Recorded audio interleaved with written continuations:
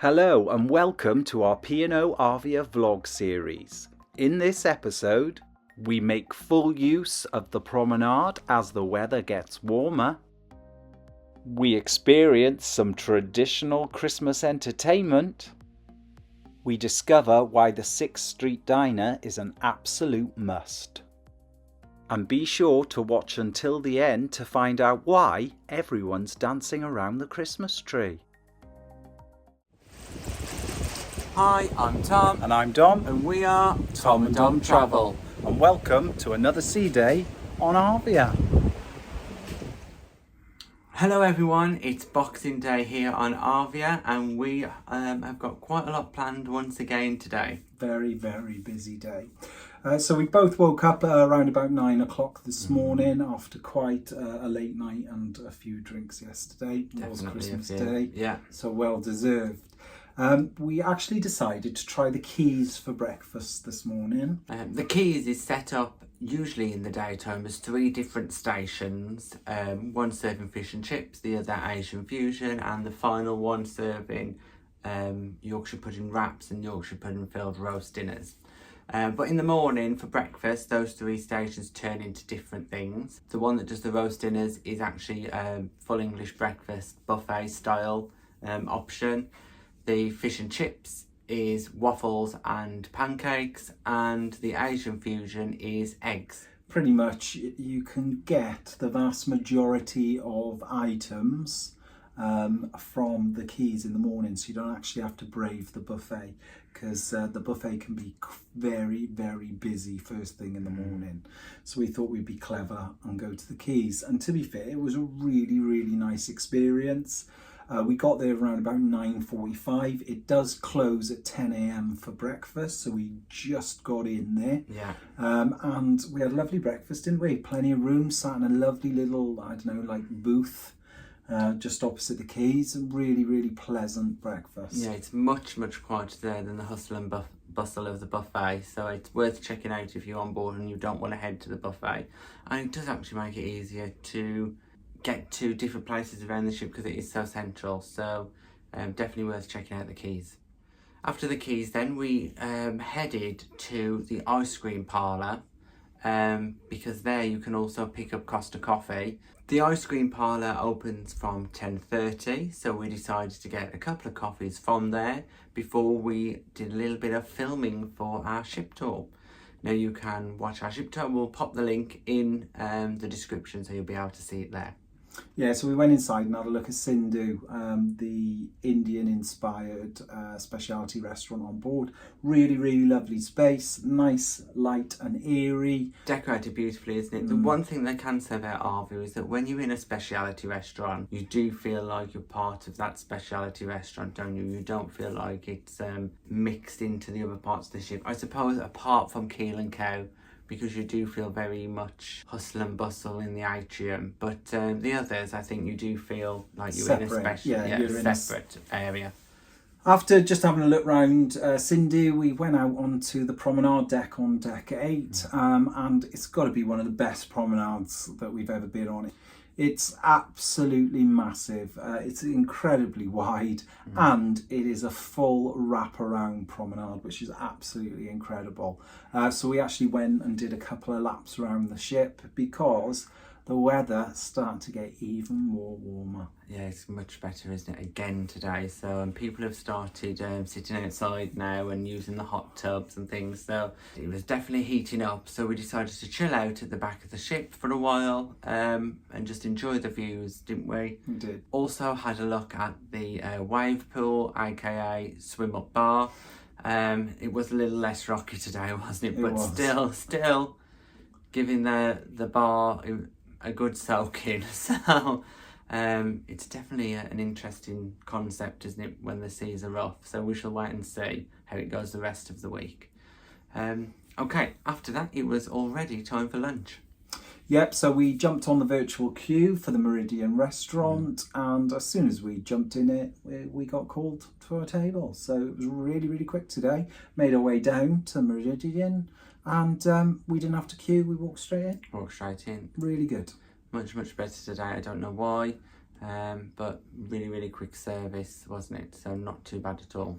Nope. So in terms of the menu, again, this is one of our criticisms. It's quite limited, and today neither of us fancied a starter.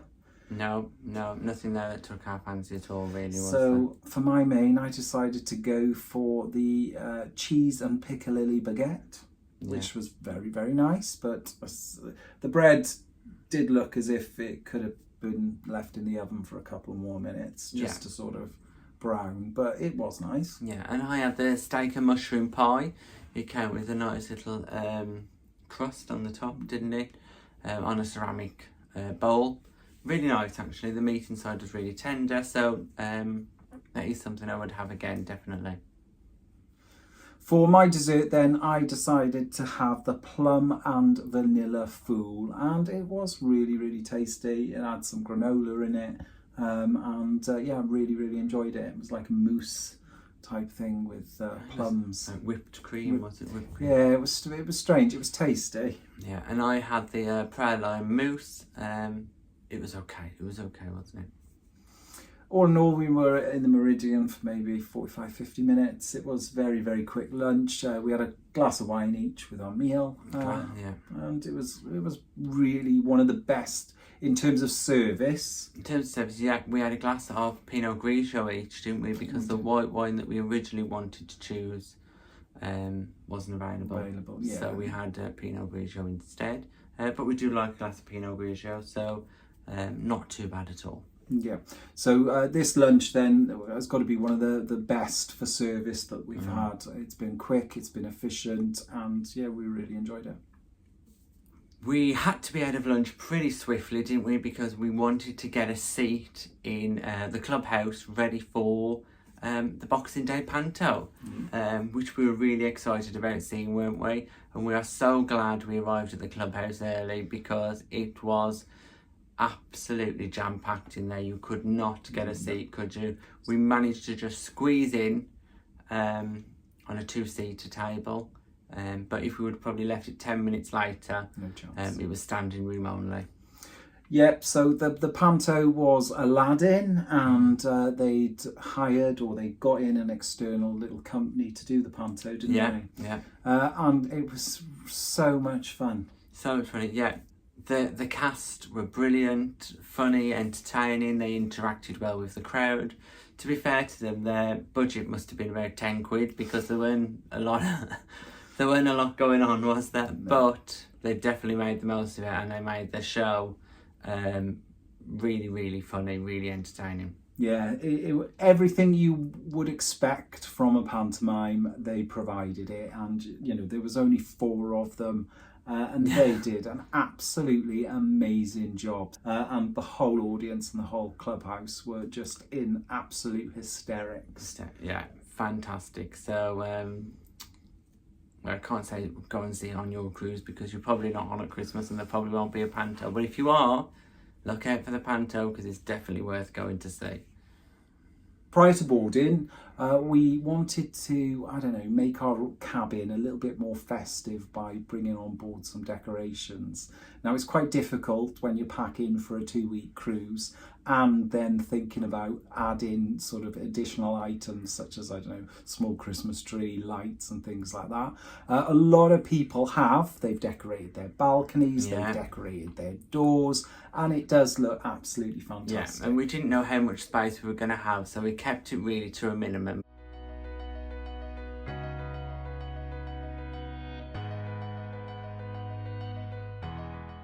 So there is our Christmas tree with our Santa hats that we wore yesterday for Christmas Day.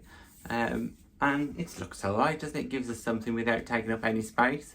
So yeah, we opted for, how would you say, it's a Christmas tree but printed on a bit of plastic, so you just hang it up. Yeah. Luckily, we've got magnetic hooks, which I definitely strongly recommend any cruiser take with you because there's usually very few places to hang anything up. Yeah. So the little magnet hooks that we used just did the job absolutely perfectly and held it up. So yeah, 4 hooks. We've used 1 in each corner, which has done the job, and it means we can also hang our Santa hats on them as well. After all the action of the panto, we thought, oh, we're going to try and have a quick Boxing Day nap. We were a bit tired, weren't we? So we headed up to the room, had an hour's sleep, got up and got ready for dinner. As we were getting ready, as we've said in our previous vlogs, we joined the virtual queue to go to the Zenith restaurant this time. And then we headed down to the restaurant when it was nearly our time to be called. However, when we got there, we decided perhaps it's not for us tonight. The menu seemed very samey to what it had been previously. There's still steak on there, which we'd already both had. There's fish and chips. There's fish and chips on there, which we can get from the Quays.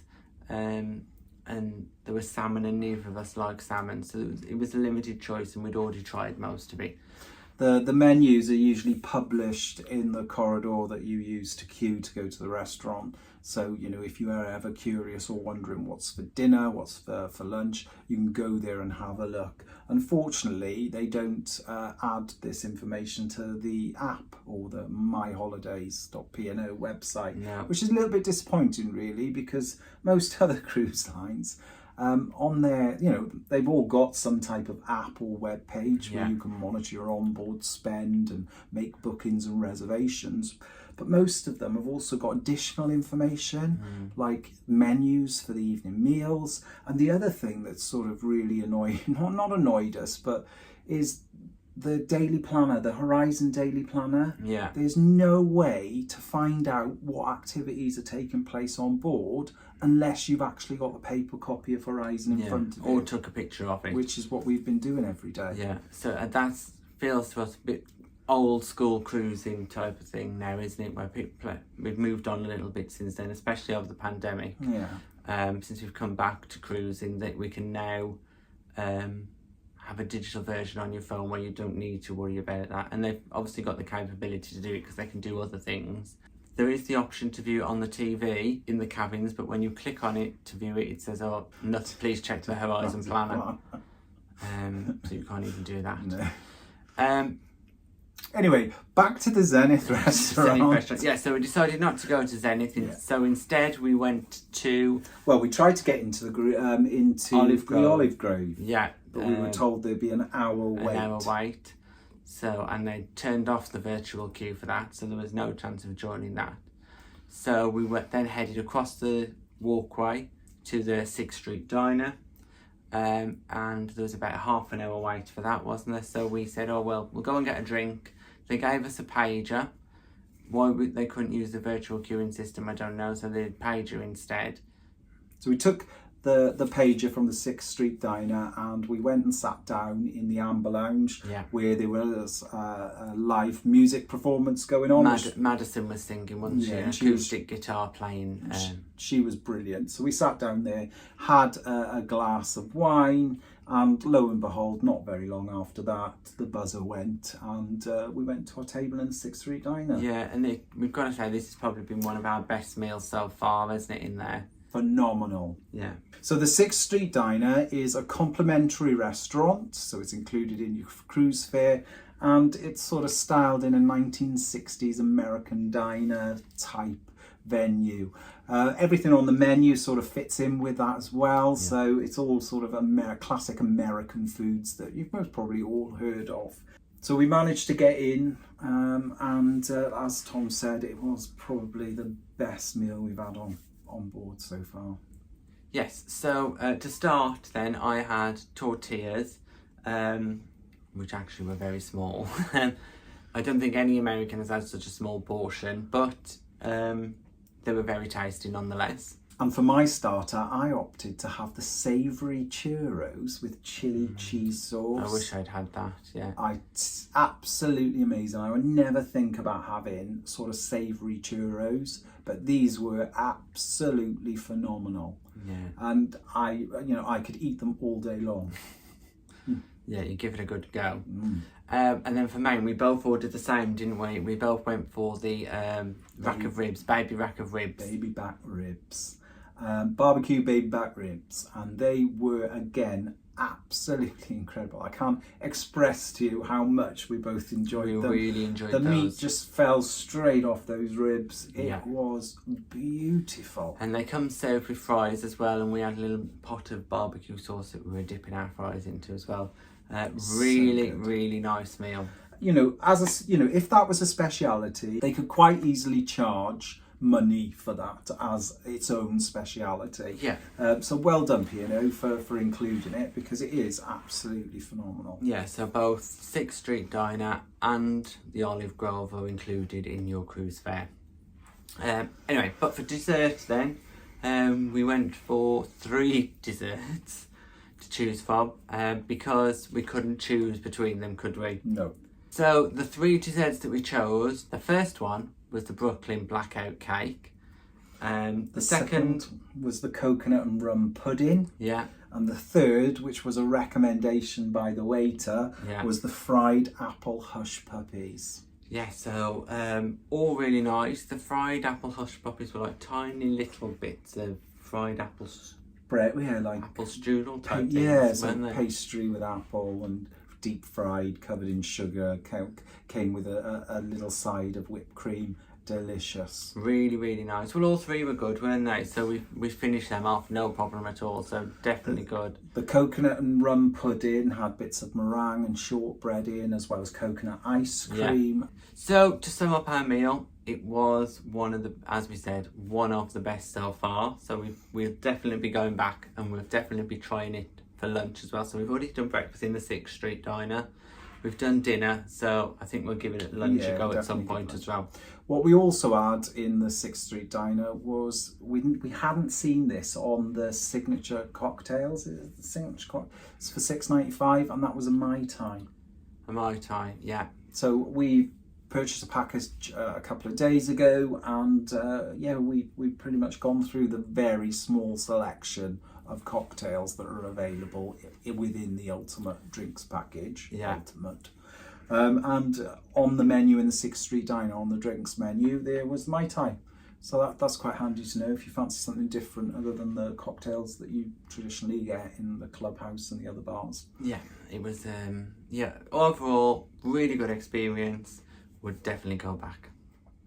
Okay, so after our meal in the 6th Street Diner, we then headed to the clubhouse. The clubhouse once again. So even though we spent the afternoon in the clubhouse, we were back, because tonight in the clubhouse was Ignacio Lopez's second comedy show. Yeah, he's brilliant, isn't he? So funny. He had us laughing, joke after joke after joke. So funny. And his mixed upbringing. He said he's lived in Spanish and Welsh heritage. It was just hilarious. Really, really good. Had the whole room laughing. Yeah. So actually, he's got another show coming up, so we'll go and see that as well. Yeah, and this one's an adult-only one. Yeah, a late night one. So it should be interesting. Then, after Ignacio Lopez, we made our way up to the Sky Dome, because they had their production, or their semi-production show of Universe. Yeah, Universe was really interesting, actually. Very. There were some really good elements to it. The acrobats. Yeah, they went up on wires, and they were flying, singing Spaceman by Sam Ryder. But then other bits were a bit strange and not great. It was. Even though I understood the plot, I understood the story from start to finish, what they were doing, why they were doing it. It was just very, very strange. Very strange. Some good vocals, some good songs. Yeah, the audio wasn't great in the Sky Dome, and I don't think that's their fault. That's the Sky Dome not set up great for acoustics wise. No. So yeah, it was interesting. It was worth watching, but probably wouldn't be in a rush to see it again. Yeah, I totally agree.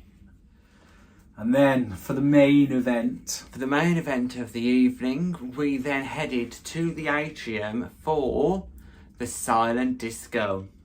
And it was amazing. We loved the silent disco. It was so much fun. There were so many people there when we arrived. The atrium was packed. There were people on all different levels, in all different bars, but mostly in the centre of the atrium.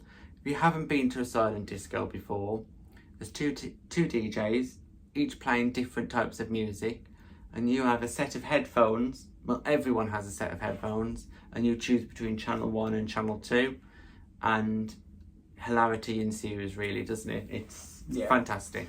So all the spectators were lining the atrium from decks 7 and 8 just watching, because they can't hear the music. Only people with their headphones No, they can just hear our bad singing. Bad singing. Well, we had so much fun dancing, and it was just a really good night. We actually spent 2 hours dancing. 2 hours dancing in the atrium. Yeah, so that did not finish till midnight, did it?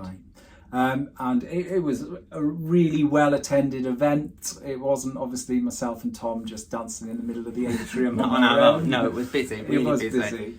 But really so much fun. This is the second time. Well, no, third time we've done a silent disco on a cruise. And they are always just so much fun. Yeah, always a highlight for us. Yeah.